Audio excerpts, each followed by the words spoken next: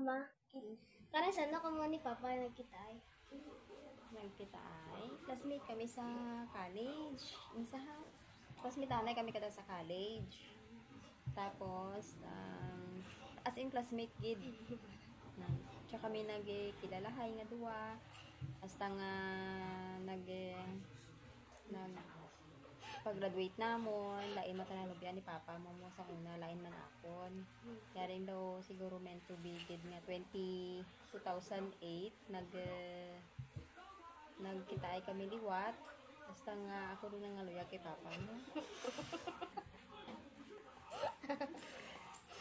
Ako doon nga luya kay Papa mo. Basta nga nagsigi-sigi doon. 2008 kami nag-start na relationship. Tapos 5 years kami nag-imaway nga duwa antis ako nagbusong kanimo. 2013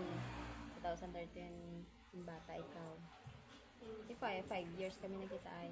2013 yung bata ko ikaw. Tapos hasta nga ang asa ko ron kami magyapon ni Papa mo. 2008 kami nag-start.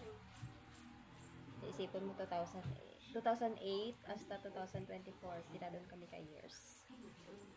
Ang amon nga kung paano kami nagkita ay classmate na kami sa college. Kaya, may question ka pa? Ay, doon. Oh. Wala.